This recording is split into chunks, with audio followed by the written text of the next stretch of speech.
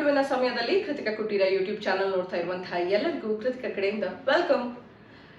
ಜೀವನದಲ್ಲಿ ಸಾಕಷ್ಟು ಕಲಿಯುವಂತಹ ವಿಚಾರಗಳು ಸಿಗ್ತಾ ಇರುತ್ತೆ, ಅದ್ರ ಬಗ್ಗೆ ತಿಳಿಯುವಂತಹ ಕುತೂಹಲ ಕೂಡ ಹೆಚ್ಚಾಗಿರುತ್ತೆ.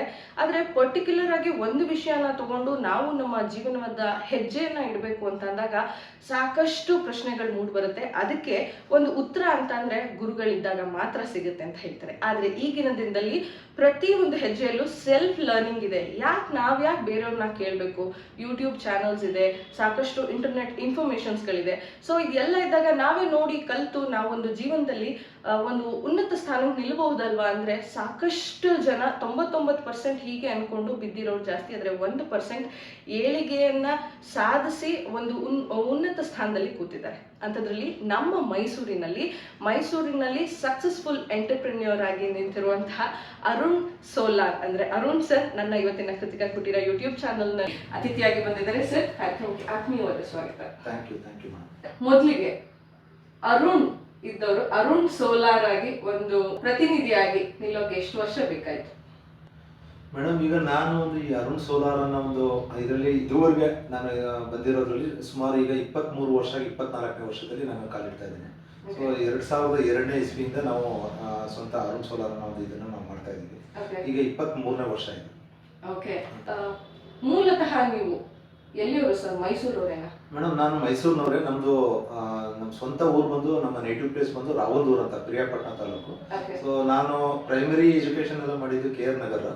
ಸೊ ಹೈಸ್ಕೂಲ್ ಇಂದ ಮೈಸೂರಿನಲ್ಲಿ ಬಂದು ನಾನು ಸೆಟಲ್ ಆಗಿ. ಈ ಒಂದು ಸೋಲಾರ್ ಎನರ್ಜಿ ಬಗ್ಗೆ ಏನ್ ಹೇಳ್ತೀರಾ? ಎನರ್ಜಿ ವಿಷಯದಲ್ಲಿ ಬಂದಾಗ ನಾನಾ ತರ ಸೋರ್ಸಸ್ ಇರುತ್ತೆ. ಅದರಲ್ಲಿ ಸೋಲಾರ್ ಎನರ್ಜಿನೂ one of the source.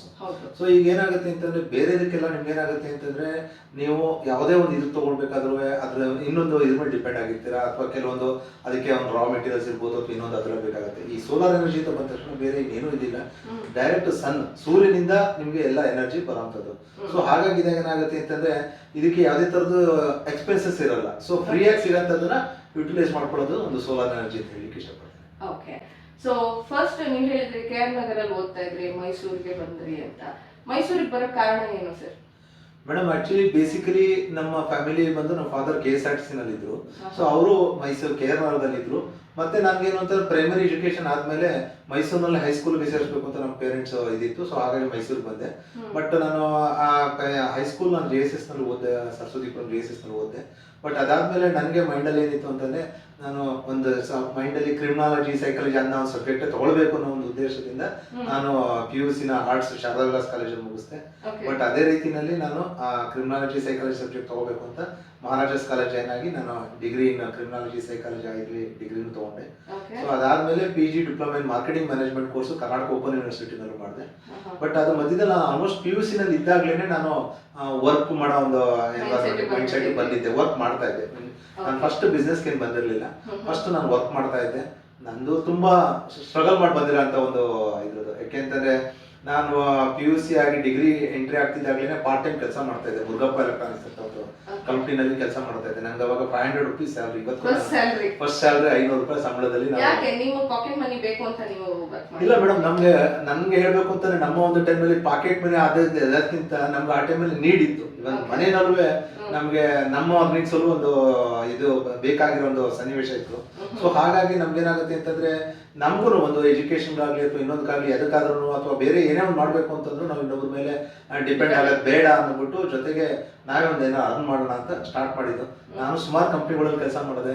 Like Murugappa electronics ಅಲ್ಲಿ ಕೆಲಸ ಮಾಡಿದೆ ಸರ್. ಮೇಡಮ್ ಅಲ್ಲಿ ನಾನು ಪರ್ಚೇಸ್ ಅಸಿಸ್ಟೆಂಟ್ ಆಗಿ ವರ್ಕ್ ಮಾಡಿದ್ದೆ. ಸೊ ಅಲ್ಲಿ ನಂದು ಜಾಸ್ತಿ ಔಟ್ ಸ್ಟೇಷನ್ ಹೋಗ್ತಾ ಇದ್ದೆ, ಲೈಕ್ ಫಾಲೋ ಅಪ್ ಜಾಬ್ಸ್ ಅದು ಇದು ಅಂತ. ಅದಾದ್ಮೇಲೆ ನಾನು ಅದು ಅಲ್ಲಿ ಒಂದ್ 2-3 ವರ್ಷ ಮಾಡಿದೆ. ಬಟ್ ಅಲ್ಲಿ ಕನ್ಫರ್ಮ್ ಆಗ್ಲಿಲ್ಲ ಅನ್ನೋ ಉದ್ದೇಶಕ್ಕೆ ನಾನು ಬೇರೆ ಕಂಪ್ನಿ ಜಾಯ್ನ್ ಆದೆ. ಅವಾಗ ನಾನು ಲೈಕ್ ಒಂದು ಫೋರ್ಸ್ಕೋರ್ ಸಿಗರೇಟ್ ಅನ್ನೋ ಕಂಪ್ನಿನಲ್ಲಿ, ಕೆಲವರೆಲ್ಲ ಹೇಳ್ತಾರೆ ಅವನೇನೋ ಸಿಗರೇಟ್ ಕಂಪ್ನಿನ ಕೆಲಸ ಮಾಡ್ತಾನೆ ಅಂತ. ಬಟ್ ನಾನು ಯಾವ್ದಕ್ಕೂ ಬಗ್ಲಿಲ್ಲ ಅಥವಾ ಇದಾಗ್ಲಿಲ್ಲ. ಆಗ ಲೈಕ್ ನನ್ಗೆ ಅನ್ತಿದ್ದು ನನ್ಗೆ ಸ್ಯಾಲ್ರಿ ಕೊಡ್ತಾರೆ, ನಾನು ಸಿಗರೇಟ್ ಸೇದಿದ್ರೆ ತಪ್ಪು, ಬಟ್ ಸಿಗರೇಟ್ ಕಂಪ್ನಿನ ಕೆಲಸ ಮಾಡೋದು ತಪ್ಪಲ್ಲ ಅನ್ನೋ ಉದ್ದೇಶದಲ್ಲಿ ನಾನೇನ್ ಮಾಡಿದೆ, ಅಲ್ಲೂ ಕೆಲಸ ಮಾಡಿದೆ. ಬಟ್ ಅಲ್ಲೂ ಚೆನ್ನಾಗಿ ಅರ್ನ್ ಮಾಡ್ತಾ ಇದ್ದೆ. ಲೈಕ್ ಓಕೆ, ಅವತ್ತಿನ ದಿವಸಕ್ಕೆ ಒಂದು 3,000-3,500 ರೂಪಾಯಿ ಸ್ಯಾಲ್ರಿ ಬರ್ತಾ ಇತ್ತು. ಸೊ ಅದನ್ನ ಮಾಡ್ಕೊಂಡು ಬಂದೆ. ಅದಾದ್ಮೇಲೆ ನಾನು ಒಂದು ಆಲ್ಫಾ ಅಂಡ್ ಆಲ್ಫಾ ಅಂತ ಒಂದು ಕಂಪ್ನಿ ಬರ್ತಿತ್ತು, ಡೋರ್ ಟು ಡೋರ್ ಹೋಗಿ. ಅಂದ್ರೆ ನನ್ನ ಮಾರ್ಕೆಟಿಂಗು ಮತ್ತೆ ಕೆಲಸದ ಎಕ್ಸ್ಪೀರಿಯನ್ಸ್ ಅಲ್ಲಿ ಅಲ್ಲಿಂದನೇ ಕೌಂಟ್ ಆಗ್ತಾ ಬಂತು. ಸೊ ನಾವು ಡೋರ್ ಟು ಡೋರ್ ಹೋಗ್ಬಿಟ್ಟು ಮನೆಗಳಿಗೆ ಈ ಹಾರ್ಟ್ ಪ್ಯಾಚ್ ಅಂದ್ಬಿಟ್ಟು ಪೇನ್ ರಿಲೀಫ್ ಒಂದು ಇದು ಬರ್ತಾ ಇತ್ತು. ಅದನ್ನು ಎಲ್ಲ ನಾವು ಮಾರ್ಕೆಟಿಂಗ್ ಮಾಡಿ ನನಗೆ ಆ ಒಂದು ಎಕ್ಸ್ಪೀರಿಯನ್ಸ್ ಆಯಿತು. ಫೋರ್ಸ್ಕೋರ್ ಸಿಗರೇಟ್ ಕಂಪ್ನಿನಲ್ಲಿದ್ದೆ, ಮತ್ತೆ ಅದೆಲ್ಲ ಆದ್ಮೇಲೆ ಒಂದು ಎಸಿಟರ್ಕ್ ಅಂತ ವೇನ್ ಸ್ಕೇಲ್ ಕಂಪ್ನಿನಲ್ಲಿದ್ದೆ. ಸೊ ಅದರಲ್ಲೂ ನಾನು ಮಾರ್ಕೆಟಿಂಗ್ ಆಫೀಸರ್ ಆಗಿ ವರ್ಕ್ ಮಾಡಿದ್ದೆ. ಅದಾದ್ಮೇಲೆ ಒಂದು ಗೋಲ್ಡನ್ ಬೇಕ್ ಈಸ್ಟ್ ಕಂಪ್ನಿ ಇತ್ತು. ಸೊ ಆ ಕಂಪ್ನಿನಲ್ಲೂ ನಾನು ಮಾರ್ಕೆಟಿಂಗ್ ಆಫೀಸರ್ ಆಗಿ ವರ್ಕ್ ಮಾಡಿದೆ. ಈ ತರ ಸುಮಾರು ಒಂದು 7-8 ಕಂಪ್ನಿಗಳಲ್ಲಿ ಕೆಲಸ ಮಾಡಿ ಆಮೇಲೆ ನಮ್ಮ ಈ ಸೋಲಾರ್, ನೀವು ಅವಾಗಲೇ ಒಂದು ಕೇಳಿದ್ರಿ ಸೋಲಾರ್ ಫೀಲ್ಡ್ ಹೆಂಗ್ ಬಂದೆ, ನನ್ನ ಕಾರಣ ಏನಾಯ್ತು ಅಂದ್ರೆ ನಂದು ಲಾಸ್ಟ್ ವರ್ಕ್ ಕಂಪನಿ ಬಂದು ಗೋಲ್ಡನ್ ಬೇಕ್ ಈಸ್ಟ್ ಕಂಪ್ನಿ ಅಂತ. ಇವಾಗ ಏನು G3S ಕಾಲೇಜ್ ಆಗಿದೆ, ಆ ಬಿಲ್ಡಿಂಗ್ ನಲ್ಲಿ ನಮ್ದು ಕಾಲೇಜ್ ಇತ್ತು, ಫ್ಯಾಕ್ಟ್ರಿ ಇತ್ತು. ಅಲ್ಲಿ ಏನಾದ್ರು ಫ್ಯಾಕ್ಟ್ರಿ ಕೆಲಸ ಮಾಡ್ಕೊಂಡು ಹೋಗ್ತಾ ಇದ್ದೆ ಇದ್ರದ್ದು. ಬಟ್ ಅವಾಗ ಒಂದು ಸಂಗತಿ ಏನು ಅಂತಂದ್ರೆ ಅವ್ರಿದ್ದವ್ರು ಇನ್ನು 6 ತಿಂಗಳಿಗೆ ಫ್ಯಾಕ್ಟ್ರಿ ಕ್ಲೋಸ್ ಆಗುತ್ತೆ ಅನ್ನೋದು ಒಂದು ಮುಂಚೆನೆ ಹಿಂಟ್ ಕೊಟ್ಬಿಟ್ರು. ಸೊ ಅವಾಗ ನಾನು ಯೋಚನೆ ಮಾಡಿದೆ 6 ತಿಂಗಳು ಫ್ಯಾಕ್ಟ್ರಿ ಕ್ಲೋಸ್ ಆಗುತ್ತೆ, ಅವಾಗ ಏನ್ ಮಾಡ್ಬೇಕು ಅಂತ ಯೋಚನೆ ಮಾಡಿದಾಗ ನನ್ಗನ್ಸಿದ್ದೇನು ಅಂತಂದ್ರೆ ಓಕೆ ಏನಾದ್ರು ಈಗಲಿಂದ ಹುಡ್ಕೊಳ್ಳೋಣ ಅಂದ್ಬಿಟ್ಟು ಅಂತ ನಮ್ಮ ಫ್ರೆಂಡ್ ನಾಗರಾಜ್ ಗೌಡ ಅಂತ. ಯಾಕೆ ನಾನು ಇವತ್ತು ನಾನು ಏನಾದ್ರು ಸೋಲಾರ್ ಫೀಲ್ಡ್ ಬರ್ಬೇಕಾದ್ರೆ ಅವನ ಕಾರಣ ಅನ್ನೋದನ್ನ ನಾನು ನೆನೆಸ್ಕೊಳ್ಳೋಕೆ ಇಷ್ಟಪಡ್ತೀನಿ. ಅವನು ಅವಾಗ ಮಲ್ಟಿಟೆಕ್ ಅಂತ ಒಂದು ಸೋಲಾರ್ ಮಾಡ್ತಾ ಇದ್ದ. ಸೊ ಅವಾಗ ನಾನೇನ್ ಮಾಡ್ತೆ, ಬೆಳಗ್ಗೆಯಿಂದ ಸಾಯಂಕಾಲ ತನಕ ಫ್ಯಾಕ್ಟ್ರಿ ಕೆಲಸ ಹೋಗ್ಬಿಟ್ಟು ಸಂಜೆ ಹೊತ್ತು ಮನೆಗೆ ಬಂದ ಮೇಲೆ ಅವಾಗ 6 ತಿಂಗಳು ಕ್ಲೋಸ್ ಆಗುತ್ತೆ ಅಂತ ನನ್ನ ಫ್ರೆಂಡ್ ಹತ್ರ ಕೇಳಿದ್ರು, ನೋಡೋ ನೀವು ಮಾರ್ಕೆಟಿಂಗ್ ಮಾಡ್ಕೊಡ್ತೀನಿ ನಾನು, ನನಗೊಂದು ಆಪರ್ಚುನಿಟಿ ಕೊಡು, ನನಗೊಂದು ಪಾಕೆಟ್ ಮನಿ ಆದಂಗೆ ಆಗುತ್ತೆ, ಅಥವಾ ನನಗೊಂದು ಅಮೌಂಟ್ ಸಿಕ್ಕಂಗೆ ಆಗುತ್ತೆ, ಮತ್ತೆ ಮುಂದಕ್ಕೂ ನನಗೆ ಅನುಕೂಲ ಆಗುತ್ತೆ. 6 ತಿಂಗಳು ಬೇರೆ ಫ್ಯಾಕ್ಟ್ರಿ ಕ್ಲೋಸ್ ಅಂತ ಇದ್ದಾರೆ ಅಂದ್ಬಿಟ್ಟು. ಸೊ ಆಗ್ಲಿಂದ್ರೆ ನಾನೇನ್ ಮಾಡ್ತಾ ಇದ್ದೆ, ಅವ್ನು ಸೋಲಾರ್ ಕಂಪ್ನಿಗೆ ನಾನು ಫ್ರೀಲ್ಯಾನ್ಸರ್ ಆಗಿ ವರ್ಕ್ ಮಾಡಿದ್ದೆ. ಸೊ ಫ್ರೀಲ್ಯಾನ್ಸರ್ ಆಗಿ ವರ್ಕ್ ಮಾಡಿ ಅಲ್ಲಿಂದ ನಮ್ಮ ಒಂದು ಇದ್ರದ್ದು. ಬಟ್ ಅವತ್ತೊಂದು ದಿವಸದಲ್ಲಿ ನಾನು ಹೇಳ್ತಾ ಇರೋದು ಇದು 2000 ಅಲ್ಲಿ ಇಸ್ವಿನ 2000 ಅಲ್ಲಿ ಹೇಗಿತ್ತು ಅಂತಂದ್ರೆ ಸೋಲಾರ್ ಅಂದ್ರೆ ಜನ ಯಾರಿಗೂ ಅಷ್ಟು ಅವೇರ್ನೆಸ್ ಇಲ್ಲ, ಅದ್ರ ಬಗ್ಗೆ ಗೊತ್ತಿಲ್ಲ. ಇಲ್ಲಪ್ಪ ನೀವು ಅವ್ರ ಕೈ ಕೆಲವ್ರು ಕೇಳೋರು ನನಗೆ ಕಂಪೇರ್ ಯಾವ್ದಕ್ಕೆ ಗೀಸರ್ ಒಂದೇ ಅಲ್ಲ, ಕಾಯಿಮಟ್ಟೆ ಕಂಪೇರ್ ಮಾಡ್ಬಿಟ್ಟು ನಿನ್ ಕಾಯಿಮಟ್ಟೆಗಿಂತ ಸೋಲಾರ್ ಹೆಂಗೆ ಚೀಪ್ ಆಗುತ್ತೆ ಹೇಳು ಅಂತ ಕೇಳೋರು ಅಂತ. ಬಟ್ ನಾವು ಅದನ್ನು ಕಸ್ಟಮರ್ಸ್ಗಳಿಗೆ ಕನ್ವಿನ್ಸ್ ಮಾಡ್ತಾ ಇದ್ದೋ, ನೋಡಿ ಕಾಯಿಮಟ್ಟೆ ಹಾಕೊಳ್ಳೋದ್ರಿಂದ ನೀವು ಪ್ರತಿದಿನ ಹಾಕ್ಬೇಕು, ಅದನ್ನ ಕಾಯಿಸ್ಬೇಕಾದ್ರೆ ಅದಕ್ಕೂ ನೀವು ದುಡ್ಡು ಕಟ್ಟಬೇಕು, ಕೆಲವೊಂದ್ಸಲ ಸೀಸನ್ ಅಲ್ಲಿ ಕಾಯಿಮಟ್ಟೆ ಸಿಗದೇ ಇರ್ಬೋದು. ಈ ತರ ಎಲ್ಲ ಕೆಲವರು ಕನ್ವಿನ್ಸ್ ಮಾಡಿ ಕಸ್ಟಮರ್. ಬಟ್ ಅವತ್ತು ದಿವಸ 1-2 ತಿಂಗಳು ಸೋಲಾರ್ ಹಾಕೋದು ದೊಡ್ಡ ಕಷ್ಟ ಆಗ್ತಿತ್ತು. ಇವತ್ತು ತಿಂಗಳು 3 ಸಿಸ್ಟಮ್ ಹಾಕ್ತಿವಿ, ಅವತ್ತೊಂದು ದಿವಸಕ್ಕೆ ಅದು ಕಷ್ಟ ಆಗ್ತಿತ್ತು. ಬಟ್ ಅದನ್ನ ಕನ್ವಿನ್ಸ್ ಮಾಡೋದೇ ಒಂದು ದೊಡ್ಡ ಚಾಲೆಂಜ್. ಯಾಕೆಂದ್ರೆ ಜನಗಳಲ್ಲಿ ಇವಾಗ ಅವೇರ್ನೆಸ್ ಇದೆ, ಅವಾಗ ಸೋಲಾರ್ ಬಗ್ಗೆ ಅವೇರ್ನೆಸ್ ಇರಲಿಲ್ಲ. ಮತ್ತೇನಾಗ್ತಿತ್ತು ಅಂತಂದ್ರೆ ಕಾಸ್ಟ್ ವೈಸ್ ಸ್ವಲ್ಪ ಜಾಸ್ತಿ ಇತ್ತು ಅವಾಗ. ಬಟ್ ಓಕೆ ಕೆಲವರು ಅಫೋರ್ಡ್ ಮಾಡ್ತಾ ಇದ್ರು. ಬಟ್ ನಾವು ನಾವು ಮಾರ್ಕೆಟಿಂಗ್ ಪರ್ಸನ್ ಆಗಿದ್ಕೊಂಡು ಕಸ್ಟಮರ್ಸ್ಗಳಿಗೆ ಅಡ್ವಾಂಟೇಜಸ್ನ ಬೇರೆದಕ್ಕೆಲ್ಲ ಕಂಪೇರ್ ಮಾಡ್ಕೊಂಡು ನಾವು ಕೊಡ್ತಾ ಇದ್ವು. ಸೊ ಹಾಗಾಗಿ ಅದರಲ್ಲಿ ಓಕೆ ಅವತ್ತೊಂದು ದಿವಸ 1-2 ಹಾಕೋದನ್ನು ದೊಡ್ಡ ಇಶ್ಯೂ ಆಗ್ತಿತ್ತು. ಬಟ್ ಅದು ಮಾಡ್ತಾ ಇದ್ದು, ಅದರಲ್ಲಿ ಒಂದು ಸಕ್ಸಸ್ ಕಂಡು. ಅವಾಗ ನಾನು ಹೇಳಿದ್ನಲ್ಲ 2000 ಅಲ್ಲಿ ನಾವು ಸ್ಟಾರ್ಟ್ ಮಾಡಿದ್ದು ನನ್ನ ಒಂದು ಈ ಸೋಲಾರ್ ಬಿಸ್ನೆಸ್ ಇರೋದು ಆಸ್ ಎ ಫ್ರೀಲಾನ್ಸರ್ ಆಗಿ. ಆಮೇಲೆ 2002 ನಲ್ಲಿ ನಂದು ಓನ್ ಕಂಪ್ನಿ ಮಾಡಿದ್ದು ಅರುಣ್ ಮಾರ್ಕೆಟಿಂಗ್ ಅಂತ. ಸೊ ಫಸ್ಟ್ ನಾನು ಅರುಣ್ ಮಾರ್ಕೆಟಿಂಗ್ ಅಂತ ಮಾಡಿದಾಗ ನಾನು ನ್ಯೂಟೆಕ್ ಸೋಲಾರ್ಗೆ ಡಿಸ್ಟ್ರಿಬ್ಯೂಟರ್ ಆಗಿದ್ದೆ. Then we started Arun Solar. ಸ್ವಲ್ಪ ವರ್ಷದ ನಂತರ ನಾನು ಅರುಣ್ ಸೋಲಾರ್ ಅಂತ ನಾನು ಇದು ಮಾಡಿದೆ. ಓದಿದ ಆರ್ಟ್ಸ್ ಆದ್ರೂ ಬಂದಿದ್ದು ಮಾರ್ಕೆಟಿಂಗ್ ಫೀಲ್ಡ್. ಸೊ ಅದಾದ್ಮೇಲೆ ನೀವು ಓದ್ಬೇಕು, ಮತ್ತೆ ಅಟ್ಲೀಸ್ಟ್ ಮಾರ್ಕೆಟಿಂಗ್ ರಿಲೇಟೆಡ್ ಆಗಿ ಏನಾದ್ರು ಓದ್ಬೇಕು ಅಂತ ಏನಾರು ಅದೇ ಮತ್ತೆ ಒಂದಂತೂ ನಾನು ಹೇಳಿಕ್ಕೆ ಇಷ್ಟಪಡ್ತೀನಿ, ನಾವು ಓದಿರೋ ಫೀಲ್ಡ್ ಆಗ್ಲಿ ಅಥವಾ ನಾವು ಮಾಡ್ತಾರೋ ಫೀಲ್ಡ್ ಆಗ್ಲಿ ಕೆಲವೊಂದ್ಸಲ ಡಿಫ್ರೆನ್ಸ್ ಇರುತ್ತೆ. ತುಂಬಾ ಡಿಫ್ರೆನ್ಸ್. ಹೌದು. ಆದ್ರೆ ನನ್ನ ಸಕ್ಸಸ್ ಸ್ಟೋರಿನಲ್ಲಿ ಒಂದು ಇದೇನು ಅಂತಂದ್ರೆ, ನೀವ್ ಏನೇ ಮಾಡಿ ಮೇಡಮ್ ಡೆಡಿಕೇಶನ್ ತುಂಬಾ ಇಂಪಾರ್ಟೆಂಟ್. ಸೊ ಆ ಡೆಡಿಕೇಶನ್ ಅಲ್ಲಿ ನಾವು ಯಾವುದೇ ಮಾಡಿ, ಈಗ ಒಂದು ಕೆಲಸ ಮಾಡ್ತಾ ಇದೀವಿ ಅಂತಂದ್ರೆ ಕೆಲಸದ ಬಗ್ಗೆನೇ ಕಾನ್ಸಂಟ್ರೇಟ್ ಮಾಡಬೇಕು. ಅವಾಗ ಏನಾಗುತ್ತೆ, ಅದ್ರಲ್ಲಿ ಸಕ್ಸಸ್ ಕಾಣ್ತೀವಿ. ಒಂದು ಮಾರ್ಕೆಟಿಂಗ್ ನಲ್ಲಿ ನಾವೇನಾದಿದ್ದೀವಿ ಅದೇ ರೀತಿನ ನಾವು ಬಿಸ್ನೆಸ್ ಮಾಡಬೇಕು ಅಂತಂದ್ರೆ ಅಷ್ಟೇ ಡೆಡಿಕೇಶನ್ ಬೇಕೇ. ಸೊ ನಾವು ಅಷ್ಟೇ ಸ್ಟಾರ್ಟಿಂಗ್ ಅಲ್ಲಿ ತುಂಬಾ ಸ್ಟ್ರಗಲ್ ಮಾಡೋದು, ಬಟ್ ಸಕ್ಸಸ್ ಕಂಡು. ಬಟ್ ಏನಾದ್ರು ಅಷ್ಟೇ ಈ ಕೆಲವರು ಅಂತಾರೆ ನಾನು ಬಿಸ್ನೆಸ್ ಮಾಡ್ತೀನಿ ಅಂತ ಎಷ್ಟೊಂದು ಜನ ಕೈ ಸಿಕ್ಕೊಂಡಿರೋದು. ಮೇಡಮ್ ಅದಕ್ಕೆ ಒಂದೇ ಒಂದು ಎಕ್ಸಾಂಪಲ್ ಹೇಳ್ತೀನಿ. ನಂದು ಒಂದು ಬಿಸ್ನೆಸ್ ಒಂದು ಎಕ್ಸಾಂಪಲ್ ಇದೆ. ನಾನು ಮದುವೆ ಆದ ಹೊಸರಲ್ಲಿ ಅಂದ್ರೆ ಲೈಕ್ ನಂಗೇನಾಯ್ತು ಅಂತ ನಾನು ಕಂಪ್ನಿ ಕೆಲಸ ಮಾಡ್ತಾ ಇದ್ದೆ. ಎಂಗೇಜ್ಮೆಂಟ್ ಅಲ್ಲಿ ನನ್ ಕೆಲಸ ಇತ್ತು. ನಾನು ಮದುವೆ ಆಗೋಷ್ಟೊತ್ತಿಗೆ ಕಂಪ್ನಿಯವರು ಯಾರೋ ಮ್ಯಾನೇಜ್ಮೆಂಟ್ ಚೇಂಜ್ ಆಯ್ತು ಅಂತ ಅವರು ನಮ್ಮನ್ನೆಲ್ಲ ಕೆಲಸ ತೆಗೆದಾಕ್ಬಿಟ್ರು. ಎಂಗೇಜ್ಮೆಂಟ್ ಅಲ್ಲಿ ಕೆಲಸ ಇದೆ ಅವ್ರು ಹುಡುಗಿ ಮನೆಯವರು ನನಗೆ ಮದುವೆ ಅದೇ ಹುಡುಗ ಕೆಲಸದಲ್ಲಿ ಇದ್ದಾನೆ ಅಂತ ಹುಡುಗಿ ಕೊಟ್ಟರು. ನೋಡಿದ್ರೆ ಮದುವೆ ಅಷ್ಟೊಂದು ಕೆಲಸನೇ ಇಲ್ಲ. ಬಟ್ ಏನೋ ಆಮೇಲೆ ಹಂಗೆ ಇದಾಯ್ತು. ಅವಾಗ ಏನ್ ಮಾಡೋದು, ಕೆಲಸ ಬೇರೆ ಇಲ್ವಲ್ಲ ಅಂತ. ಅವಾಗ ನಮ್ಮ ಫ್ರೆಂಡ್ ಒಬ್ಬ ಇದನ್ನು ಸಜೆಸ್ಟ್ ಮಾಡ್ದ, ನೀನ್ ಇಷ್ಟೊಂದು ಮಾರ್ಕೆಟಿಂಗ್ ನಲ್ಲೆಲ್ಲ ಎಕ್ಸ್ಪೀರಿಯನ್ಸ್ ಇದೆಯಲ್ಲ, why can't you do business ಅಂತಂದ. ನಮ್ಮ ಮನೆಯಲ್ಲಿ ಬಿಸ್ನೆಸ್ ಟೋಟಲಿ ಎಗೇನೆಸ್ಟ್. ನಮ್ಮ ಮನೆಯಲ್ಲಿ ಯಾವುದೇ ಕಾರಣಕ್ಕೂ ಬಿಸ್ನೆಸ್ ಮಾಡೋದಕ್ಕೆ ಇಂಟ್ರೆಸ್ಟು ಇರಲಿಲ್ಲ. ಅವ್ರು ಯಾರು ಸಪೋರ್ಟು ಮಾಡ್ತಾ ಇರಲಿಲ್ಲ, ಬಟ್ ಸಪೋರ್ಟ್ ಮಾಡೋ ಪರಿಸ್ಥಿತಿನೂ ಇರಲಿಲ್ಲ. ಬಟ್ ನಮ್ಮ ಫ್ರೆಂಡ್ ಇದ್ದವನು ಏನ್ ಮಾಡ್ದ, ನಾಗೇಶ್ ಅಂತ ಅಂದ್ಬಿಟ್ಟು ಬ್ಯಾಂಗ್ಳೂರ್ನವರು, ನಿನ್ ಮೇಲೆ ನನ್ ಕಾನ್ಫಿಡೆನ್ಸ್ ಇದೆ ಕಣೋ, ಏನಾದ್ರು ಬಿಸ್ನೆಸ್ ಮಾಡುವಂತಂದ. ಅವಾಗ ನಮ್ಮ ಫ್ರೆಂಡ್ ಯಾರು ಇದ್ದವ್ರು ಹೇಳಿದ್ರು, ಬೇಕ್ಮನ್ಸ್ ಅಂತ ಒಂದು ಬಿಸ್ಕೆಟ್ ಕಂಪ್ನಿ ಇತ್ತು. ನಾನು ಯಾಕೆ ಇದನ್ನ ಹೇಳ್ತಾ ಇದ್ದೀನಿ ಅಂತಂದ್ರೆ, ಕೆಲವೊಂದ್ಸಲ ಸಕ್ಸಸ್ಸು ಅಥವಾ ಬಿಸ್ನೆಸ್ ಅಲ್ಲಿ ಕೆಲವೊಂದ್ಸಲ ಹೇಗೆಲ್ಲ ಆಗುತ್ತೆ, ಸಕ್ಸಸ್ಸು ಕಾಣ್ತೀವಿ, ಕೆಲವೊಂದ್ಸಲ ಫೇಲ್ಯೂರ್ ಆಗುತ್ತೆ ಅನ್ನೋಕ್ಕೆ ಎಕ್ಸಾಂಪಲ್.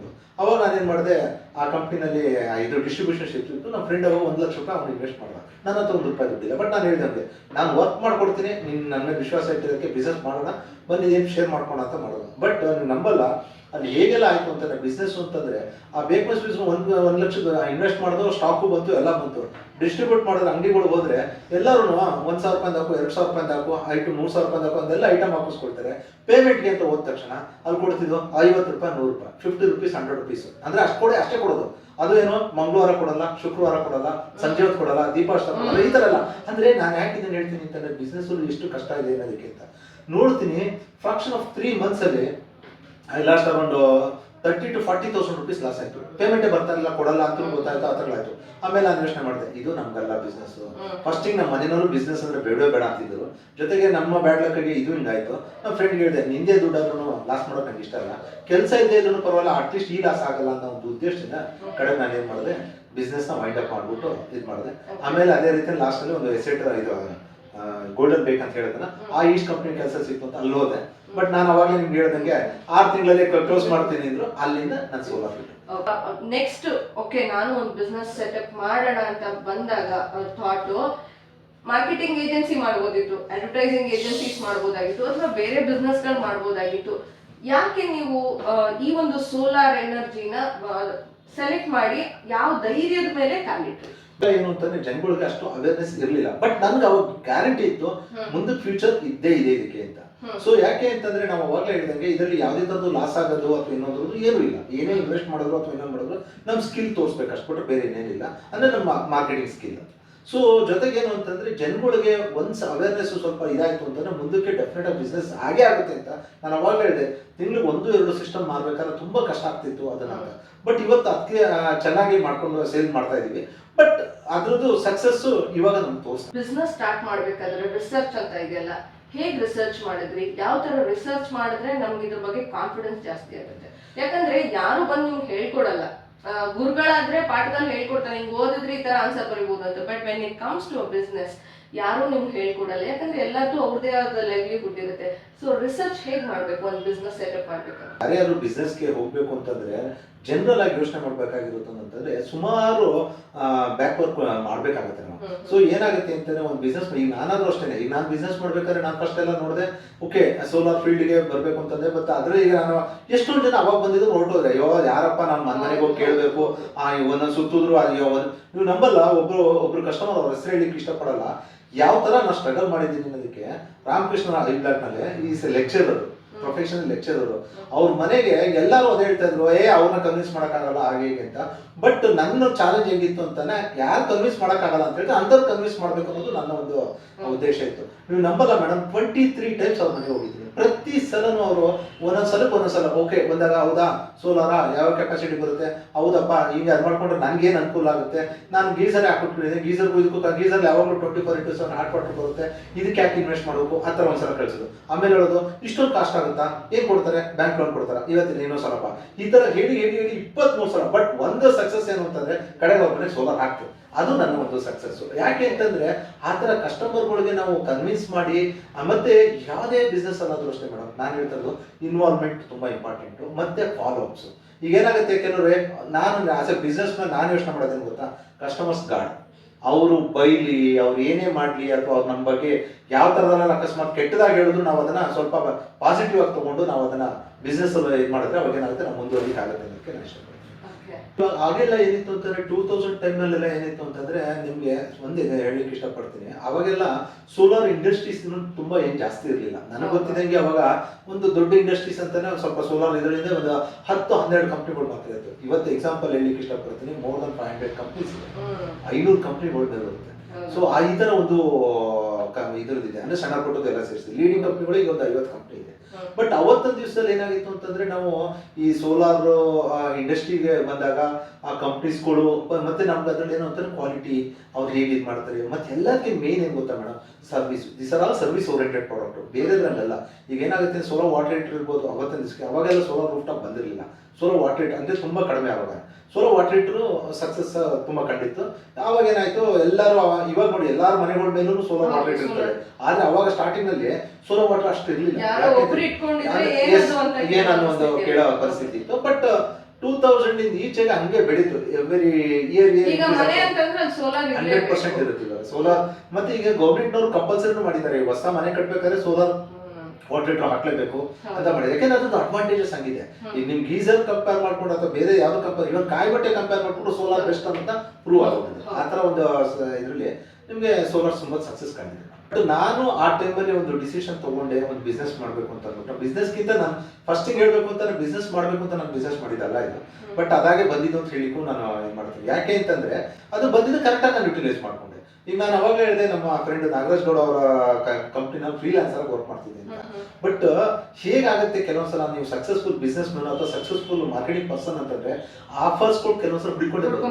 ನನ್ಗೆ ಅದೇ ತರ ಆಗಿದೆ. ನಾನು ಮುಂಚೆ ಮಲ್ಟಿಟೆಕ್ ಅನ್ನೋ ಸೋಲಾರ್ ಕಂಪ್ನಿನಲ್ಲಿ ಫ್ರೀಲಾನ್ಸರ್ ವರ್ಕ್ ಮಾಡ್ತಾ ಇದ್ದೆ. ನಾನೇನು ಅವಾಗ ನಾನು ಸ್ವಂತ ಬಿಸ್ನೆಸ್ ಮಾಡ್ಬೇಕು ಅಂತ ನಾನೇನು ಯೋಚನೆ ಮಾಡಿರ್ಲಿಲ್ಲ. ಬಟ್ ಅವಾಗ ಏನಾಯ್ತು ಅಂತಂದ್ರೆ, ಇದೇ ತರ ಒಬ್ರು ಕಸ್ಟಮರ್ ಮನೆಗೆ ನಾನು ಒಂದು ಗಿಫ್ಟ್ ಕೊಡ್ಲಿಕ್ಕೆ, ಅಂದ್ರೆ ಅವರು ನಮ್ಮ ಬ್ಯಾಂಕ್ ಅವರು ನಂಗೆ ತುಂಬಾ ಹೆಲ್ಪ್ ಮಾಡಿದ್ರು. ನಾನು ಸೋಲಾರ್ ಆರ್ಡರ್ಗಳೆಲ್ಲ ಕೊಡ್ಸ್ಕೊಟ್ಟಿದ್ರು, ಪರಿಚಯ ಲೋನ್ ಎಲ್ಲ ಮಾಡಿಸ್ಕೊಟ್ಟಿದ್ರು. ನನ್ನ ಕಡೆಯಿಂದ ಒಂದು ಕಾಂಪ್ಲಿಮೆಂಟರಿ ಒಂದು ಗಿಫ್ಟ್ ಕೊಡೋಕೆ ಅವ್ರ ಮನೆಗೆ ಹೋದೆ. ಅಲ್ಲೋದಾಗ ಅವ್ರು ಹೇಳಿದ್ರು, ಅವ್ರು ನನ್ನ ಪರಿಚಯ ಇತ್ತು ರಮೇಶ್ ಅಂದ್ಬಿಟ್ಟು. ನಾನು ತುಂಬಾ ವರ್ಷದಿಂದ ಅವ್ರು ನಾನು ಸ್ಟ್ರಗಲ್ ಮಾಡಿದ ಡೇಸ್ ಇಂದ ಅವ್ರು ನಾನು ನೋಡಿದ್ದಾರೆ. ಅಲ್ಲಿ ಒಬ್ರನ್ನ ಪರಿಚಯ ಮಾಡಿಸ್ಕೊಟ್ರು. ಅವ್ರು ಯಾರು ಅಂದ್ರೆ ಹರೀಶ್ ನಾಯ್ಕ್ ಅಂತ. ಅವ್ರು ಹೇಳಿದ್ರು, ಅರುಣ್ ಅಂತ ಇವ್ರು 500 ರೂಪಾಯಿ ಸಂಬಳದಿಂದ ಇವತ್ತು 15-20 ಸಾವಿರ ರೂಪಾಯಿ ಸಂಪಾದನೆ ಮಾಡೋ ಲೆವೆಲ್ಗೆ ಹೋಗಿದ್ದಾನೆ ಅಂತ ಅವ್ರು ಪರಿಚಯ ಮಾಡ್ಕೊಂಡು ಈ ತರ ಸೋಲಾರ್ ಮಾಡ್ತಾ ಇದಾರೆ, ಇದು ಕಂಪ್ನಿನ ವರ್ಕ್ ಮಾಡ್ತಾರೆ ಅಂತ. ಅವ್ರು ನೋಡಿದ್ರೆ ಬೆಂಗಳೂರು ನ್ಯೂಟೆಕ್ ಸೋಲಾರ್ ಡೀಲರ್ ಅವರು ಅಲ್ಲಿ ಇದ್ದರು. ಅದೇ ನನ್ನ ಟರ್ನಿಂಗ್ ಪಾಯಿಂಟ್. ಅಲ್ಲಿ ಹೋದಾಗ ಅವರು ಜಸ್ಟ್ ನನ್ನ ಅವರ 1-to-1 ಅಲ್ಲಿ ಅವ್ರು ನಾನು ಮಾತಾಡಿದ ರೀತಿ ಏನ್ ಅನಿಸ್ತು ಏನೋ ಗೊತ್ತಿಲ್ಲ, ಡೈರೆಕ್ಟ್ ನ್ಯೂಟೆಕ್ ಸೋಲಾರ್ MD ಅವರು ಸುರೇಂದ್ರ ಕುಮಾರ್ ಅಂತಿದ್ದಾರೆ. ಅವ್ರಿಗೆ ಹೋಗ್ಬಿಟ್ಟು, ಸರ್ ಮೈಸೂರಿನಲ್ಲಿ ನಮ್ಮ ಡೀಲರ್ ಯಾರು ಸರಿಯಾಗಿ ಮಾಡ್ತಾ ಇಲ್ಲ ಅಂತ ನನ್ಗನ್ಸುತ್ತೆ, ನಾನು ಒಬ್ರು ಫೈಂಡ್ ಔಟ್ ಮಾಡಿದೀನಿ, ಯಾಕೆ ನೀವು ಅವ್ರ ಕರ್ಸ್ ಮಾತಾಡಬಾರ್ದು ಅಂತ ಅವ್ರಿಗೆ ಹೇಳಿದ್ದಾರೆ.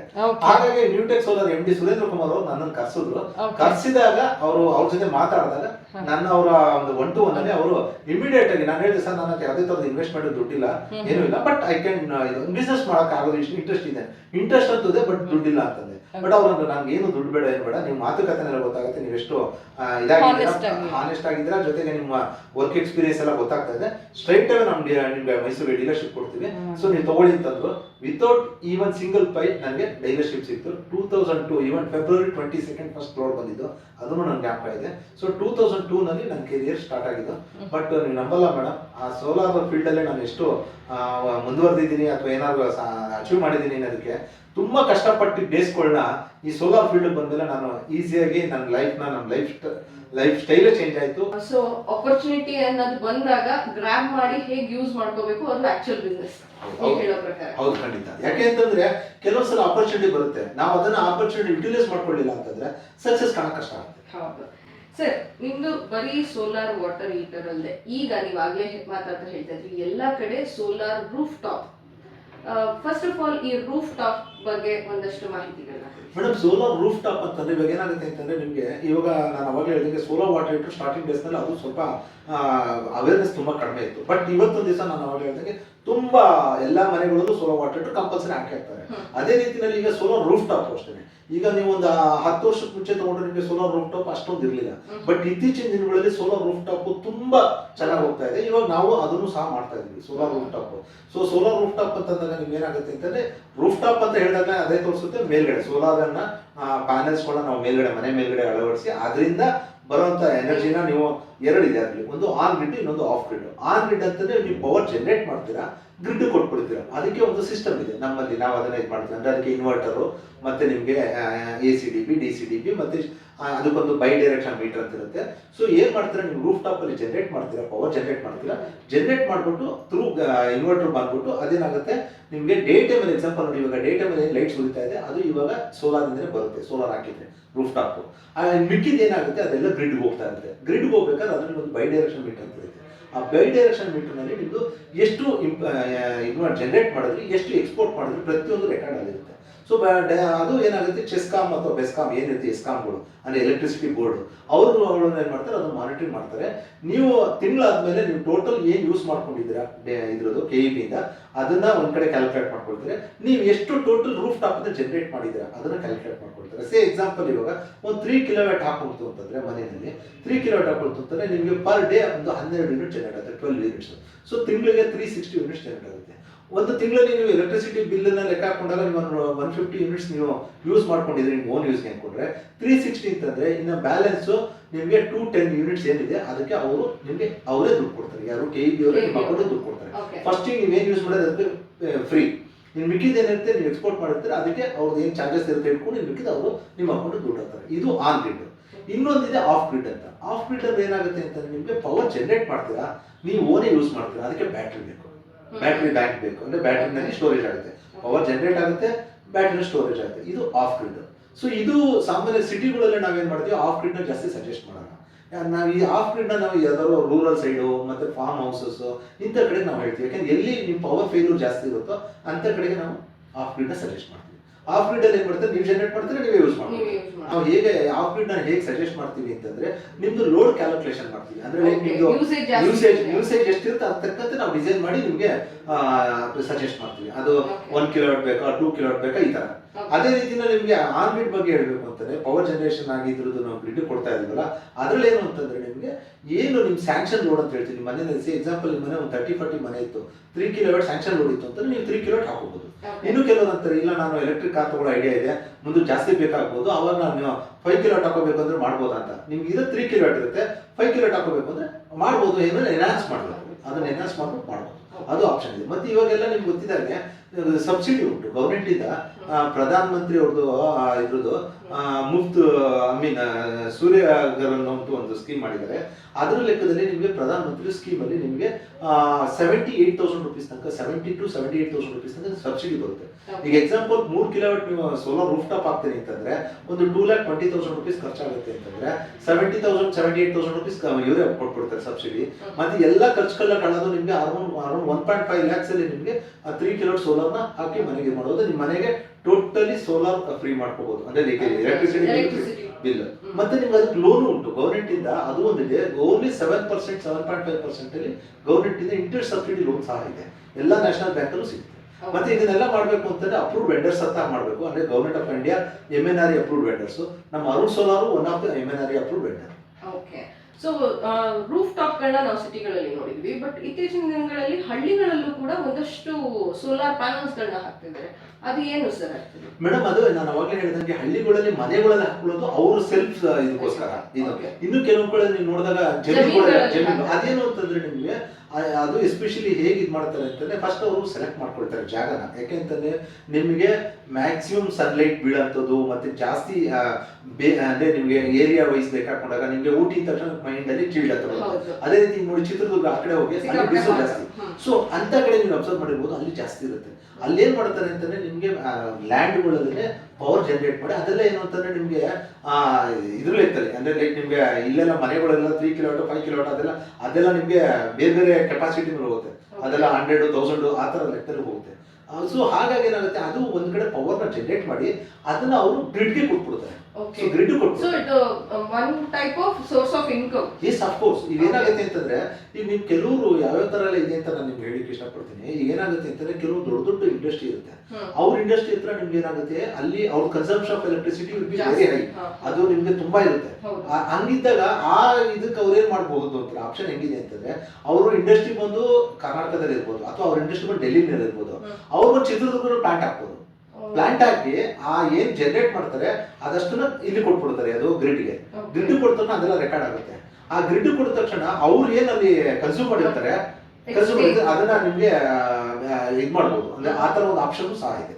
ಸೊ ಹಾಗಾಗಿ ಸುಮಾರು ಜನ ಆ ತರ ಇದು ಮಾಡ್ತಾರೆ. ಸೌರಶಕ್ತಿನ ಹೇಗೆಲ್ಲ ಉಪಯೋಗಿಸ್ಕೋಬಹುದು ಅಂತ ಅಂದ್ರೆ ನಮ್ಮ ವೈಯಕ್ತಿಕವಾದ ಜೀವನಕ್ಕಿಂತ ಹಿಡಿದು ಪ್ರೊಫೆಷನಲ್ ತನಕ ಯೂಸ್ ಮಾಡ್ಕೊಂಡು.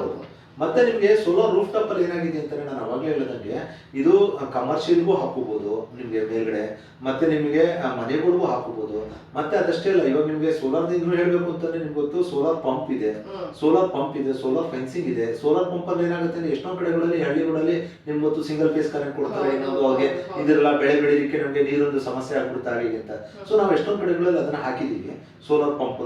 ಅವಾಗ ಏನಾಗುತ್ತೆ ಅಂತಂದ್ರೆ ನಿಮ್ಗೆ ನ್ಯಾಚುರಲ್ ಆಗಿ ಸೋಲಾರ್ ಸನ್ಲೈಟ್ ಅಟ್ರಾಕ್ಟ್ ಮಾಡ್ಕೊಂಡು ನಿಮ್ಗೆ ಪಂಪ್ ಥ್ರೂ ಸೋಲಾರ್ ಇದರಿಂದ ರನ್ ಆಗುತ್ತೆ. ಆ ಇದನ್ನು ಅನುಕೂಲ ಆಗಿದೆ ಜನರಿಗೆ. Okay, super sir. ಇಷ್ಟೊಂದು ಮಾಹಿತಿಗಳನ್ನ ಕೊಟ್ರಿ. ಈ ಒಂದು ಅಳವಡಿಸ್ಕೋಬೇಕು ಅಂತ ಅಂದ್ರೆ ಈಗ ನಮ್ಮ ಮನೆಗಳಲ್ಲಿ ಮಿನಿಮಮ್ ಇಷ್ಟು ಬಡ್ಜೆಟ್ ಅಲ್ಲಿ ಆಗುತ್ತೆ ಅನ್ನೋದು ಏನಾದ್ರು ಇದೆಯಾ ಮೇಡಮ್? ಈಗ ಸೋಲಾರ್ ರೂಫ್ ಟಾಪ್ ಬಗ್ಗೆ ಹೇಳಕ್ ಬಂದಾಗ ನಿಮ್ಗೆ ನನ್ನ ಪ್ರಕಾರ ನಿಮ್ಮ ಕೈನಲ್ಲಿ ಒಂದು 10 to 20,000 rupees ಇದ್ರೂ ಸೋಲಾರ್ ರೂಫ್ ಟಾಪ್ ಹಾಕೊಳ್ಳೋಕೆ ಆಪ್ಷನ್ ಇದೆ. ನಾನು ಅವಾಗಲೇ ಹೇಳಿದಂಗೆ ನಿಮ್ಗೆ ಒಂದು ಸಬ್ಸಿಡಿ ಸಿಗುತ್ತೆ, ಎರಡನೇದು ಇಂಟ್ರೆಸ್ಟ್ ಸಬ್ಸಿಡಿ ಲೋನ್ ಸಿಗುತ್ತೆ ಎಲ್ಲ ಬ್ಯಾಂಕ್ಸ್ ಗಳಲ್ಲೂ. ಅದಕ್ಕೆ ಯಾವುದೇ ತರ ಕೊಲಾಟ್ರಲ್ ಬೇಕಾಗಿಲ್ಲ. ಮತ್ತೆ ಅದೇ ಯಾರಿಗೂ ಅದೇ ಯಾವ ತರದ್ದು ನಿಮ್ಗೆ IT ರಿಟರ್ನ್ಸ್ ಎಷ್ಟು ಬೀಳುತ್ತೆ ಸರ್ ಅಂದ್ರೆ ಒಬ್ಬರಿಗೆ? ಅದೇ ನಿಮ್ಗೆ ಒಂದು ಈಗ ನನ್ನ ಪ್ರಕಾರ ಈಗ 2.2 ಲ್ಯಾಕ್ಸ್ ಅಂತಂದ್ರೆ ಆಲ್ಮೋಸ್ಟ್ 2 ಲ್ಯಾಕ್ಸ್ ತನಕ ಲೋನ್ ಕೊಡ್ತಾರೆ. ಸೊ 2 ಲ್ಯಾಕ್ಸ್ ಲೋನ್ ಕೊಡ್ತಾರೆ, ಅದರಲ್ಲಿ ನಿಮಗೆ 70-78 ಸಾವಿರ ಸಬ್ಸಿಡಿ ಬರುತ್ತೆ. ಆ ಲೋನ್ಗೆ ಲೋನ್ ಅಕೌಂಟ್ಗೆ ಸಬ್ಸಿಡಿ ಬರುತ್ತೆ, ಅವಾಗ ಅದನ್ನು ಮೈನಸ್ ಮಾಡ್ತಾರೆ. ನಿಮ್ಗೆ ಹಾರ್ಡ್ಲಿ ನನ್ನ ಪ್ರಕಾರ ನೀವು ಒಂದು 1.5 ಲ್ಯಾಕ್ಸ್ಗೆ ನೀವು ಇದು ಕಟ್ತೀರಾ, ಅದು 5 to 10 years ತನಕ ಟೆನ್ಯೂರ್ ಕೊಡ್ತಾರೆ ನಿಮ್ಗೆ ಕಟ್ಟಲಿಕ್ಕೆ. ಸೊ ನೀವು ಏನ್ ಮಾಡ್ಬೋದು ಅಂದ್ರೆ ಎಲೆಕ್ಟ್ರಿಸಿಟಿ ಬಿಲ್ ಕಟ್ಟಬಹುದು, ನೀವು ಇಲ್ಲಿ ಕಟ್ಕೊಂಡು ಹೋಗ್ಬೋದು, ಆ ತರ ಸ್ಕೀಮ್ ತಹ ಇದೆ ನಿಮಗೆ.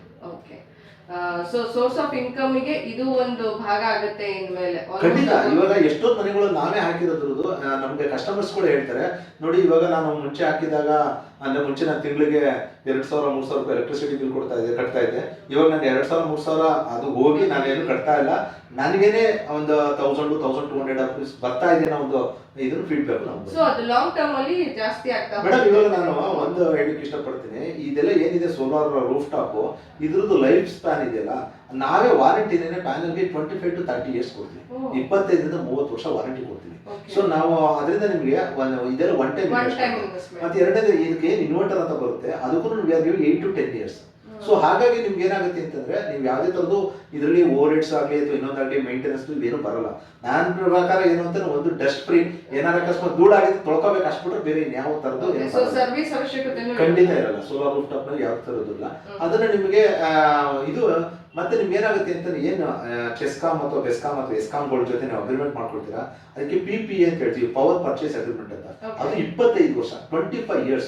ಇವಾಗ ಎಕ್ಸಾಂಪಲ್ ನಿಮ್ಗೆ ಇವತ್ತು ಒಂದು ಯೂನಿಟ್ಗೆ ಅವರು ₹3.78 ಹಂಗೆ ತಗೊಳ್ತಾರೆ ಅಂತ ಒಂದ್ಸಲ ಅಗ್ರಿಮೆಂಟ್ ಆದ್ರೆ, ನಾಳೆ ಸಹ ಕಮ್ಮಿ ಆದ್ರೂ 25 ವರ್ಷ ನೀವು ಇದೇ ಕೊಡ್ತಾರೆ. ಇದೇ ರೀತಿನಲ್ಲಿ ಮುಂಚೆ ಮಾಡಿದವ್ರಿಗೆ ₹9.58 ಕೊಡ್ತಾ ಇದ್ದಾರೆ, ಅವ್ರಿಗೂ 25 years ಬರ್ತಾರೆ. ಈಗ ಏನ್ 4-5 years ಬ್ಯಾಕ್ ಮಾಡಿದವರು ₹9.58 ಇತ್ತು, ಅಷ್ಟೇ ಸಿಗ್ತದೆ ಅವ್ರಿಗೆ. ಸೊ ಅದು ಅಡ್ವಾಂಟೇಜ್. ಅಂದ್ರೆ ನೀವು 25 ವರ್ಷ ತನಕ ನೀವು ಯಾವುದೇ ತರದ ಎಲೆಕ್ಟ್ರಿಸಿಟಿ ಬಿಲ್ ಕಟ್ಟ ಪ್ರಮೇಯ ಬರಲ್ಲ. ಈ ಒಂದು ಸೋಲಾರ್ ಎನರ್ಜಿ ಯೂಸೇಜ್ ನೆಕ್ಸ್ಟ್ ಯಾವ ಒಂದು ಟೆಕ್ನಾಲಜಿ ಬರಬಹುದು ಅಂತ ನೀವು ಪ್ರಿಡಿಕ್ಟ್ ಮಾಡ್ತೀರಾ? ಕೆಲವೊಂದು ನಾನೇ ಒಂದು ಆರ್ಟಿಕಲ್ ಎಲ್ಲ ನೋಡಿದ್ದೀನಿ, ಒಂದು ಶಿಪ್ ಇದೆ, ಶಿಪ್ ಅಲ್ಲಿ ಸೋಲಾರ್ ಪ್ಯಾನಲ್ ಹಾಕಿದ್ದಾರೆ, ಇಟ್ ರನ್ ಥ್ರೂ ಅದೇ ರೀತಿಯಲ್ಲಿ ನಾನು ಅವಾಗಲೇ ಹೇಳಿದೆ, ಕೆಲವೊಂದು ಕಡೆಗಳಲ್ಲಿ ವೆಹಿಕಲ್ಗಳು ಮೇಲ್ಗಡೆ ಸೋಲಾರ್ ಪ್ಯಾನಲ್ ಇಲ್ಲ. ಅದು ಅದೇ ಏನಾಗುತ್ತೆ ಅಂತಂದ್ರೆ ಇವಾಗ ಟೆಕ್ನಾಲಜಿ ತುಂಬಾ ಅಡ್ವಾನ್ಸ್ ಇದೆ. ಮುಂಚೆಗಿಂತ ನಾನು ಹೇಳಿದೆ, ಮುಂಚೆ ಎಲ್ಲ ಪ್ಯಾನಲ್ ಸೈಜ್ ಚಿಕ್ಕದು ಬರ್ತಾ ಇತ್ತು, ಮತ್ತೆ ನಿಮ್ಗೆ ಇದೆಲ್ಲ ಇವಾಗೆಲ್ಲ ಹೇಗ್ ಬರ್ತಾ ಇದೆ ಅಂತಂದ್ರೆ ಟಾಪ್ ಕಾನ್ ಅಂತ ಬರ್ತಾ ಇದೆ, ಬೈಫಿಷಿಯಲ್ ಅಂತ ಬರ್ತಾ ಇದೆ. ಅಂದ್ರೆ ಟೆಕ್ನಾಲಜಿ ತುಂಬಾ ಅಡ್ವಾನ್ಸ್ ಆಗಿದೆ. ಅದು ಹೇಗಿದೆ ಅಂದ್ರೆ ಮುಂಚೆ ಓನ್ಲಿ ಮೇಲ್ಗಡೆ ಮಾತ್ರ ಸನ್ಲೈಟ್ ನ ಅಟ್ರಾಕ್ಟ್ ಮಾಡ್ಕೊಳ್ತಿತ್ತಲ್ಲ, ಇವಾಗ ಹೇಗೆ ಬಂದಿದೆ ನಮ್ಮ ಬೈಫಿಷಿಯಲ್ ಇದಂತ ಬಂದಿದೆ. ಇವಾಗ ಕೆಳಗಡೆ sunlight I mean day light ಇರ್ತದಲ್ಲ, ಆ ಲೈಟ್ ಇಂದ ಅಟ್ರಾಕ್ಟ್ ಮಾಡ್ಕೊಂಡು ನಿಮ್ಗೆ ಪವರ್ ಜನರೇಷನ್ ಜಾಸ್ತಿ ಆಗೋ ತರ ಮಾಡ್ತಾ ಇದ್ದಾರೆ.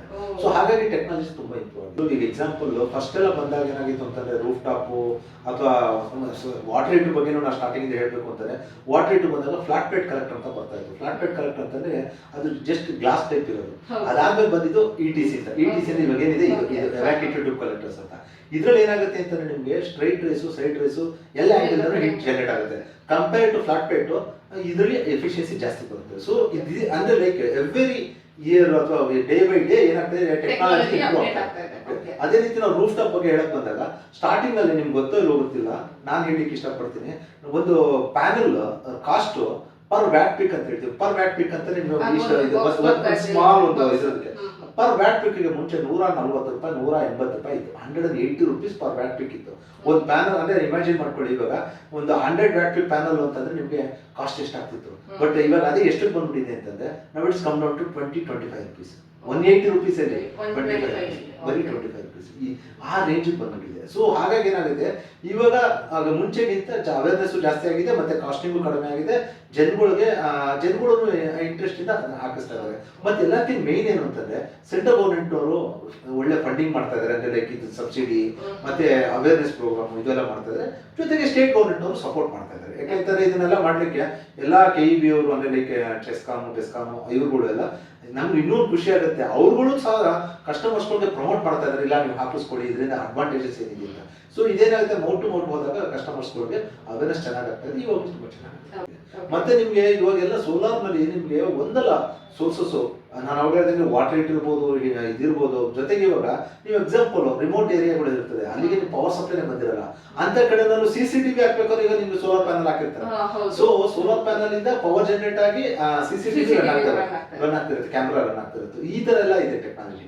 ಸೊ ಹಾಗಾಗಿ ಫ್ಯೂಚರ್ಗೆ ಖಂಡಿತ ಸೋಲಾರ್ ನಿಂದ ಇದರಲ್ಲಿ ಯಾವುದೇ ತರದ್ದು ಕಡಿಮೆ ಆಗೋದಂತೂ ನನ್ನ ಪ್ರಕಾರ ಚಾನ್ಸಸ್ ಇಲ್ವೇ ಇಲ್ಲ. ಈ ಬಿಸ್ನೆಸ್ ಅಲ್ಲಿ ಡೆಫಿನೆಟ್ ಆಗಿ ಮುಂದಕ್ಕೆ ಒಳ್ಳೆ ಅನುಕೂಲ ಆಗುತ್ತೆ ಅನ್ನೋದು ನನ್ನ ಭಾವನೆ. ಓಕೆ, ಸೊ ತುಂಬಾ ಮಾಹಿತಿಗಳನ್ನ ಕೊಟ್ರಿ. ಬಿಸ್ನೆಸ್ ಲೈನ್ ಬರಬೇಕು ಅಂತ ಅಂದ್ರೆ ಏನೆಲ್ಲ ತಯಾರಿ ಮಾಡಿ ಬರಬೇಕು?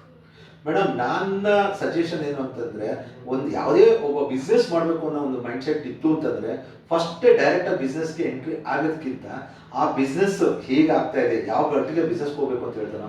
ಈಗ ಎಕ್ಸಾಂಪಲ್ ನಾನೇ ಅವಾಗ ಹೇಳಿದೆ, ನಾನು ಒಂದು ಕಂಪ್ನಿ ಕೆಲಸ ಮಾಡ್ತಾ ಇದ್ದೆ ಅಂತ. ಬಟ್ ನಾನು ಅಲ್ಲಿ ಕಲ್ತಿದ್ದು ಅಲ್ಲಿ ಇದು ಮಾಡಿದ್ದು ನನಗೆ ಬಿಸ್ನೆಸ್ ಅದೇ ಆಫರ್ ಬಂತು. ಸೊ ಹಾಗಾಗಿ ನನ್ನ ಸಜೆಷನ್ ಏನು ಅಂತಂದ್ರೆ, ಏನಾದ್ರು ಒಂದು ಪರ್ಟಿಕ್ಯುಲರ್ ಇಂಥ ಬಿಸ್ನೆಸ್ ಮಾಡಬೇಕು ಅಂತಂದ್ರೆ ನೀವು ಅಲ್ಲಿ ಇನ್ವಾಲ್ವ್ ಆಗಿ, ಇಫ್ ಇಟ್ ಇಸ್ ಪಾಸಿಬಲ್ ನೀವು ವರ್ಕ್ ಆಗಿ ಕೆಲಸದವರಾಗೆ ಸೇರ್ಕೊಳ್ಳಿ. ನೀವು ಅದನ್ನ ಒಂದು ಎಕ್ಸ್ಪೀರಿಯನ್ಸ್ ತಗೊಳ್ಳಿ.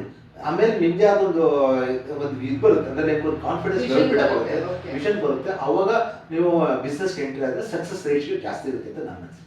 ನನ್ನ ಸಜೆಷನ್ ಏನೇ ಒಂದು ಮಾಡಿದ್ರು, ಇಲ್ಲಪ್ಪ ನಾನೇ ಅವ್ರ ಮನೆಗೆ ಹೋಗ್ಬೇಕು, ನಾನೇ ಆ ತರ ಕೇಳಬೇಕು, ಅಥವಾ ನಾನೆಲ್ಲರೂ ಈ ತರ ಕೇಳ್ಕೊಂಡು ಮಾಡ್ಬೇಕಾ ಬಿಸ್ನೆಸ್ ಅಂತ ನಮ್ಮ ಮೈಂಡ್ ಸೆಟ್ ಇತ್ತು ಅಂದ್ರೆ ಬಿಸ್ನೆಸ್ ತುಂಬಾ ಕಷ್ಟ ಆಗುತ್ತೆ. Okay, last question sir. ನಾವು ಓದೋದಕ್ಕೂ ಕೆಲಸ ಮಾಡೋದಕ್ಕೂ ಅಜಗಜಾಂತರ ವ್ಯತ್ಯಾಸ ಇರುತ್ತೆ. ಸೊ ನಾವು ಓದಿರುವಂತದ್ದಕ್ಕೆ ಕೆಲಸಕ್ಕೆ ಹೋಗೋದು ಬೆಟರ್ ಅಂತ ಹೇಳ್ತೀರಾ, ಇಲ್ಲ ಪ್ಯಾಷನ್ ಇಂಟ್ರೆಸ್ಟ್ ಇರೋ ಕಡೆ ಹೋಗೋದು ಬೆಟರ್ ಅಂತೀರಾ? Being a business man. ಅಲ್ಲ, ನನ್ನ ಬಿಸ್ನೆಸ್ ಮ್ಯಾನ್ ವಿಷಯದಲ್ಲಿ ನಾನು ಹೇಳ್ಬೇಕು ಅಂತಂದ್ರೆ, ನಾನು ಸಜೆಸ್ಟ್ ಮಾಡೋದು ಬೆಟರ್, ನಿಮ್ಗೆ ಬಿಸ್ನೆಸ್ ಇಷ್ಟ ಇತ್ತು ಅಂತಂದ್ರೆ ಬಿಸ್ನೆಸ್ ಹೋಗಿ ತೊಂದರೆ ಏನಿಲ್ಲ. ಬಟ್ ನಾನು ಅವಾಗಲೇ ಹೇಳ್ದಂಗೆ ನೀವು ಇದು ಮಾಡಿ. ಎಷ್ಟೋ ಜನ ನಾನೇ ನೋಡಿದ್ದೀನಿ, ಓದಿರೋ ಫೀಲ್ಡೇ ಬೇರೆ. ನನಗೆ ಮೊನ್ನೆ ಯಾರೊಬ್ರು ನಮ್ಮ ಸ್ನೇಹಿತರು ಹೇಳ್ತಾ ಇದ್ರು, ಅವ್ರು BE ಓದಿದ್ದಾರೆ, ಅವ್ರು ಸರ್ವಿಸ್ ಅಪಾರ್ಟ್ಮೆಂಟ್ ಮಾಡ್ತಾ ಇದ್ದಾರೆ ಇವಾಗ ಎಕ್ಸಾಂಪಲ್ ಅದಲ್ಲಿ ಇದಿಲ್ಲಿ. ಸೊ ಅದೇ ರೀತಿಯಲ್ಲಿ ಈಗ ನಾನು BA ಕ್ರಿಮಿನಾಲಜಿ ಸೈಕಾಲಜಿ ಆ ಸಬ್ಜೆಕ್ಟ್ ತಗೊಂಡೆ, ಬಟ್ ನಾನು ಈ ಬಿಸ್ನೆಸ್ ಬಂದೆ. ನಾನು ಆಕ್ಚುಲಿ ಬಿಸ್ನೆಸ್ ಬಂದ್ಮೇಲೆ ನಾನು PG diploma in marketing management course ಮಾಡಿದ್ದೆ, ಬಟ್ ಬಿಸ್ನೆಸ್ ಬಂದ್ಬಿಟ್ಟಿದೆ ಆಗಿದೆ. ಅದೇ ರೀತಿ ಒಬ್ಬ ಬಿಸ್ನೆಸ್ ಮ್ಯಾನ್ ಆಗಬೇಕು ಅಂತಂದ್ರೆ ಸ್ಟಾರ್ಟಿಂಗ್ ಸ್ಟ್ರಗಲ್ ಮಾಡಲೇಬೇಕಾಗುತ್ತೆ, ಬಟ್ ಆಮೇಲೆ ಡೆಫಿನೆಟ್ ಸಕ್ಸಸ್ ಇದೆ. ಓಕೆ ಸರ್, ಇಷ್ಟೊತ್ತು ಸಾಕಷ್ಟು ಮಾಹಿತಿಗಳನ್ನ ಕೊಟ್ರಿ. ಹೇಗೆ ಅನಿಸ್ತು ಸರ್ ನಮ್ಮ ಕಾರ್ಯಕ್ರಮ? ಮೇಡಮ್, ಖಂಡಿತ ನನ್ಗೆ ಖುಷಿ ಆಯ್ತು. ಯಾಕೆಂತಂದ್ರೆ ನಾವು ಕೆಲವೊಂದ್ಸಲ ನಾವ್ ಏನೇ ಇದ್ರು ನಮ್ಮನ್ನ ಅಟ್ಲೀಸ್ಟ್ ಒಂದು ಹಿಂಗ್ ಹೇಳ್ಬೇಕು ಅಂತಂದ್ರೆ ಒಬ್ರು ಗುರುತಿಸಿ ನೀವು ನಮ್ಮನ್ನ ಇಂಟರ್ವ್ಯೂ ಮಾಡ್ಲಿಕ್ಕೆ ಬಂದ್ರಿ. ಬಟ್ ಕೆಲವೊಂದು ಇನ್ಫಾರ್ಮೇಶನ್ಸ್ ನಾನು ಕೊಟ್ಟಿದ್ದೀನಿ. ಬಟ್ ತುಂಬಾ ಖುಷಿ ಆಯ್ತು ಮೇಡಮ್. ನಾನು ತಿಳಿದಿದ್ದ ವಿಷಯ ಏನು ಅಂತಂದ್ರೆ, ನಾವ್ ಏನೇ ಓದಿದ್ರು ಡೆಡಿಕೇಶನ್ ಅಂಡ್ ಪ್ಯಾಷನ್ ನಮ್ಮ ಜೊತೆಗಿದ್ರೆ ಖಂಡಿತವಾಗ್ಲೂ ಅದು ಕೈ ಬಿಡಲ್ಲ. ಬಟ್ ಸಮಯ ಅಂತೂ ಹಿಡಿಯುತ್ತೆ. ಆ ಡೆಡಿಕೇಶನ್ ಅನ್ನೋದೇ ಆ ಒಂದು ಸಮಯಕ್ಕೆ ಅಂತ ನಾನು ಕಲ್ತಿದ್ದೀನಿ. ಬಹುಶಃ ಈ ಒಂದು ಎಪಿಸೋಡ್ ಇಂದ ನಿಮ್ಗೆ ಸಾಕಷ್ಟು ಇನ್ಫಾರ್ಮೇಶನ್ ಸಿಕ್ಕಿದೆ ಅಂತ ಭಾವಿಸ್ತಾ ಮತ್ತೊಬ್ಬ ಅತಿಥಿಯೊಂದಿಗೆ ನಿಮ್ಮ ಮುಂದೆ ಬರ್ತೀನಿ. Until then, Kritika is signing off. First time ನಾನು ಕೃತಿಕಾ ಕುಟೀರ ಯೂಟ್ಯೂಬ್ ಚಾನಲ್ ನ ನೋಡ್ತಿದ್ರೆ ಪ್ಲೀಸ್ ಸಬ್ಸ್ಕ್ರೈಬ್ ಮಾಡಿ, ವಿಡಿಯೋಸ್ಗಳು ಇಷ್ಟ ಆದ್ರೆ ಲೈಕ್ ಮಾಡಿ, ಶೇರ್ ಮಾಡೋದನ್ನ ಮಾತ್ರ ಮರಿಬೇಡಿ. And Kritika is signing off. Bye, ನಮಸ್ಕಾರ.